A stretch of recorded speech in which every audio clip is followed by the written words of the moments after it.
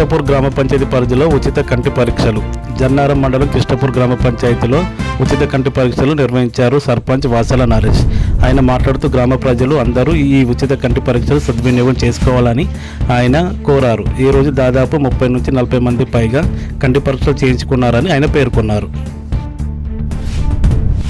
జన్నారం మండలంలో విచ్చలవిడిగా కలప అక్రమ రవాణా. అడవి దొంగలు రోజు రోజుకు ఇష్టారాజ్యంగా అడవులను ధ్వంసం చేస్తూ టేకు చెట్లను నరికి ఫర్నిచర్ వంటి వస్తువులు తయారు చేసి దూర ప్రాంతాలకు తీసుకువెళ్లి సొమ్ము చేసుకుంటున్నారు. ఈరోజు తాళపేట ట్రైన్ తపలపూర్ చెక్పోస్టు వద్ద భారీ లారీ పట్టుకోవడం జరిగింది. ఇందులో దాదాపు 1,50,000 రూపాయల విలువ గల టేకు వస్తువులను అడవి శాఖ సిబ్బంది స్వాధీనం చేసుకున్నారు.